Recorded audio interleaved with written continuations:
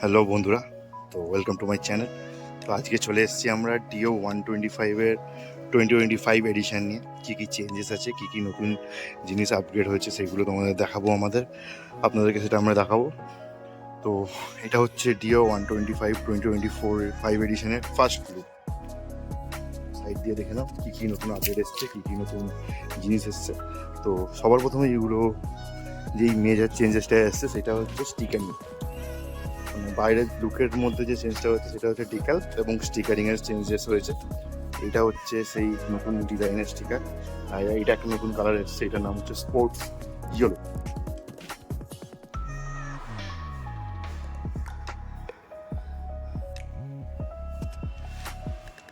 এই হচ্ছে লুক। এরপরে চলে আসি, এটা হচ্ছে আমার হাতে এই মডেলটা রয়েছে, সেটা হচ্ছে ডিও 125-এর স্মার্ট ভেরিয়েন্ট, মানে টপ মডেল যেটা হচ্ছে সেটা হচ্ছে আমাদের কাছে রয়েছে। তো সবার প্রথমে কন্ট্রোল করার জন্য এরকম একটা রিমোট, অ্যাজ ইউজুয়াল যেরকম ছিল রিমোট সেরকম রিমোট আছে। ওপরের সুইচটা হচ্ছে স্মার্ট ফাইন্ডার সুইচ। যেই ওপরের সুইচটা আমি টিপবো দুদিকের ইন্ডিকেটার ব্লিঙ্ক করবে এবং দেখতে পাচ্ছেন যে এখানে একটা নতুন রিং লাইট জ্বলে যাচ্ছে। এটা অন্ধকারে গাড়িটাকে দেখতে কোথায় সিস্টেম আছে সেটাতে আরও সুবিধা করবে। তো যেই আমরা ওপরের সুইচটা টিপবো একবার, এটা হচ্ছে স্মার্ট ফাইন্ডের কাজ। তো এইটা হচ্ছে আমাদের 2025 এডিশন এবং এখানে দাঁড়িয়ে আছে 2024 এডিশন, যেগুলো দেখতে পাচ্ছেন কালার কম্বিনেশন সবই এখানে রাখা রয়েছে। লুকিংয়ের দিক থেকে দেখতে গেলে 2024 এবং 2025 একই দেখতে, অনলি ডিফারেন্স লুকিং থেকে দূর থেকে স্টিকারিং। এটা স্টিকারিংয়ের যেই ডিজাইনটা এটার থেকে একটু চেঞ্জ করা হয়েছে, সেটা হয়তো আপনারা দেখলেই বুঝে যাবেন। কালার স্কিমটা একটু চেঞ্জ করা হয়েছে। এগুলো হচ্ছে 2024 এডিশন। সেকেন্ড যে ডিফারেন্সটা সেটা আমি হচ্ছে 2024 এডিশনে এখানে যেটা ছিল সেটা হচ্ছে ডিজিটাল ডিসপ্লে ছিল, ওটাতেও আছে কিন্তু ওটাতে আপগ্রেড করা হয়েছে। 2024 এডিশনে এখানে ডিজিটাল ডিসপ্লে, এখানে স্টোরেজ কম্পার্টমেন্ট ছিল, এখানে হ্যাঙ্গারে মানে লাগেজ ঝোলানোর জন্য, মানে কোনো ওয়েট নেওয়ার জন্য বা কিছু ক্যারি করার জন্য এখানে হুক আছে এখানে, এবং আন্ডারসাইড হুক আছে। তো এইবার এইখান থেকে যদি আমি আসি 2025 মডেলে কী কী চেঞ্জ হয়েছে। বডি ডিজাইন একই রয়েছে, stickering first change. Second change যদি চলে আসি আমরা, এটা হচ্ছে আমাদের ডিসপ্লেতে। সবার প্রথমে দেখতে পাচ্ছি এখানে যে আমাদের কন্ট্রোল ইউনিটটা আছে বা যেটা আমরা এমআইডি বলি, সেটা অনেকটাই বড় রয়েছে ওটার থেকে, কারণ এটার মধ্যে এখন ফুললি কালারিং টিএফটি প্যানেল চলে এসছে। এছাড়াও যদি মিটার কন্ট্রোলটা আমরা দেখি এখানে, তো মিটার কন্ট্রোল দেখতে পাচ্ছি এখানে রয়েছে অ্যাক্টিভার মতন। চলে আসছি গাড়ির সাইড লুকের দিকে। সাইড দিয়ে লুকটা কিছু এরকম দেখতে লাগছে। সাইড প্যানেলে আমরা দেখতে পাচ্ছি এখানে আমাদের কাছে বিভিন্ন রকম গ্রাফিক্স রয়েছে। ওটিতে স্টিকারিংয়ে লেখা আছে 125। নিচে ফ্লোর ম্যাটের ওখানে ফ্লোর প্যানেলে লেখা বড় করে বোল্ড অক্ষরে হন্ডা লেখা আছে, এবং বডির মধ্যে এখানে দেখতে পাচ্ছি যেহেতু এটা স্মার্ট মডেল, টপ মডেল, তো এইচ স্মার্টের লোগো এবং ইএসপি এই টেকনোলজিটা যেটা দেখতে পাচ্ছি, ইএসপি মানে ইকোনমিক্যাল স্মার্ট পাওয়ার, হন্ডার একটা নতুন ইঞ্জিন টেকনোলজি এটা রয়েছে।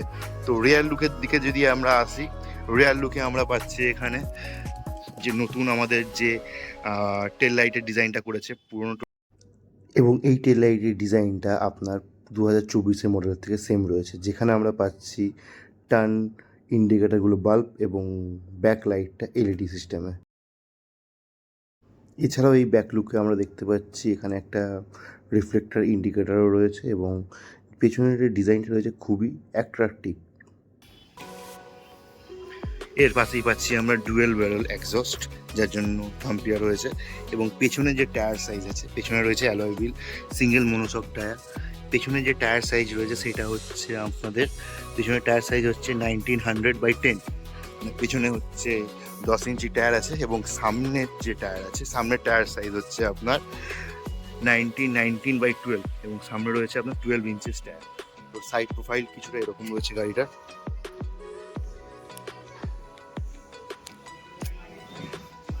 ফ্রন্ট লুকে আমরা দেখতে পাচ্ছি ফুললি এলইডি হেডলাইট এবং বাল্ব সেকশন, টার্ন ইন্ডিকেটার। এটা হচ্ছে মাল্টি রিফ্লেক্টেড এলইডি। টায়ারের দিক থেকে দেখলে এখানে আমরা পাচ্ছি disc brake with Nissin single floating piston caliper. MRF এর টায়ার রয়েছে ফ্রন্ট অ্যান্ড ব্যাক বোথ। এর মধ্যে আমরা সঙ্গে ইকোলাইজার বা কম্বি ব্রেক সিস্টেমও পাচ্ছি। এটা হচ্ছে সেই কম্বি ব্রেক সিস্টেম। এছাড়াও আমরা ফ্রন্ট লুকে হেডলাইটের সঙ্গে একটা ডে টাইম রানিং লাইটও পাচ্ছি ডিআর। এখানে রয়েছে আমাদের পাসিং সুইচ। এখানে নতুন একটা জিনিস অ্যাড করা হয়েছে, সেটা হচ্ছে টাইপ সি চার্জিং পোর্ট। এটা OBD2B মডেলের ম্যাক্সিমাম গাড়িতে থাকছে। C2C টাইপ চার্জিং আছে, আর এটা 20 ওয়াটসের ফাস্ট চার্জিং সাপোর্ট করে। এবার চলে আসি, এর মধ্যে রয়েছে ISS টেকনোলজি। এটা আগেও ছিল, এখনও তো এখানে রয়েছে আমাদের ISS টেকনোলজি। এটা এখন চেঞ্জ হয়ে অ্যাডভান্স ISS হয়ে গেছে, আইডিয়াল স্টার্ট স্টপ। এটার ফিচার্সটা চেঞ্জ হয়েছে, এটা আমি সামনের ভিডিওতে বলছি কি কি চেঞ্জ হয়েছে। নর্মাল ISS থেকে আমাদের যে নর্মাল যে ISS সিস্টেম ছিল, এটার থেকে আমাদের অ্যাডভান্স ISS এ কী কী চেঞ্জ হয়েছে সেটাও একটা কম্প্যারিজন করে দেবো আপনাদেরকে, সেটাও দেখাবো। তো চলে আসি, মেন যে জিনিসগুলো চেঞ্জ হয়েছে সেটার মধ্যে একটা হলো আমাদের ডিসপ্লে। তো ডিসপ্লে অন করার জন্য সবার প্রথমে আমাকে এই সুইচটাকে 1 সেকেন্ড চিপলাম, গ্রিন হয়ে গেল। যখন একটা ক্লিকের পরেই ডিসপ্লে আমার অন হচ্ছে। তো এখানে আমরা দেখতে পাচ্ছি হন্ডার নতুন কালারিং TFT প্যানেল। হন্ডার নতুন কালারিং TFT প্যানেল দেখা যাচ্ছে এখানে। তো এর মধ্যে এখানে রয়েছে এই জয়স্টিক, এইটা দিয়ে আমাদের পুরো ডিসপ্লেটা কন্ট্রোল হবে। এবং এইটা হচ্ছে টপ মডেল। এই টপ মডেলের মধ্যে আমরা পাচ্ছি ব্লুটুথ কানেক্টিভিটি ফিচার্স পাচ্ছি, turn by turn navigation, music control. এইগুলোর জন্য আমাদের একটা হন্ডা রোড সিঙ্ক অ্যাপ আছে, ওটা ডাউনলোড করে করতে হবে। তো এখন চলে আসি নর্মাল ডিসপ্লেটার মধ্যে। নর্মাল ডিসপ্লেতে আমরা কী কী দেখতে পাচ্ছি?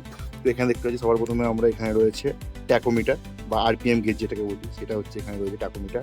এর পাশে রয়েছে ইকো ইন্ডিকেটার, যেটা ইকো ইন্ডিকেটারটা হচ্ছে যখন আপনার গাড়ি প্রপার স্পিড এবং প্রপার মাইলেজ মেনটেন করবে তখন এটা মানে গ্রিন হয়ে যাবে। বলতে পারেন এটা যখন গ্রিন হয়ে জ্বলবে তখন যত গ্রিন হবে তত আপনার গাড়ি বেটার মাইলেজ দেবে ইকো ইন্ডিকেটার মোডে। এবং নিচে দেখতে পাচ্ছি, নিচের এখানে আছে ফিউল গেজ, ফেভারিট ইনফরমেশন। আর এইদিকে দেখছি কিছু কানেক্টিভিটি ফিচার্স রয়েছে, এবং এগুলো এই মুহূর্তে ডিসকানেক্ট রয়েছে কারণ ফোনটা এখনও অবধি ব্লুটুথ দিয়ে কানেক্ট করা হয়নি।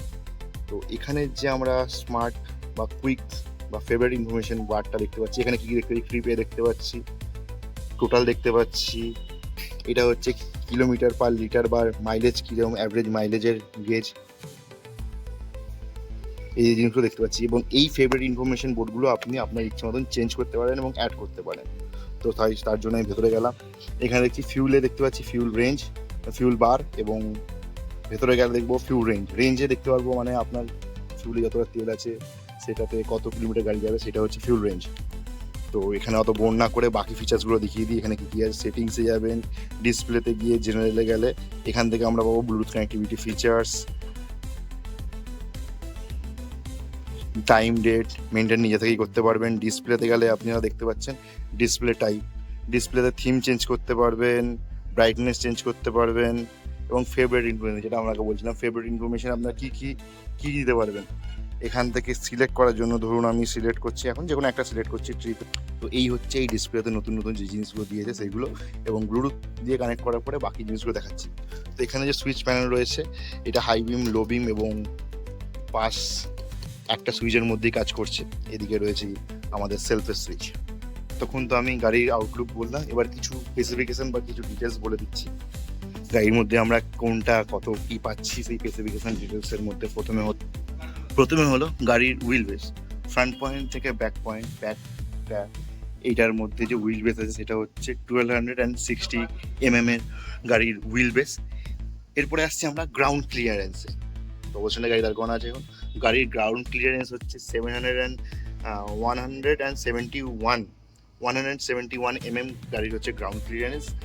এবার যদি চলে আসি আমরা সিট লেন্থের দিকে, গাড়ির সিট লেন্থ হচ্ছে 708 mm হচ্ছে গাড়ির সিট লেন্থ। এবং গাড়ির যে ড্রাই ওয়েট আছে, dry kerb weight without fuel, সেটা হচ্ছে 104 থেকে 106 কিলোর মধ্যে পাচ্ছেন। ডিপেন্ড করছে আপনি কোন মডেলটা নিচ্ছেন, স্মার্ট মডেল নিচ্ছেন নাকি নর্মাল মডেল নিচ্ছেন।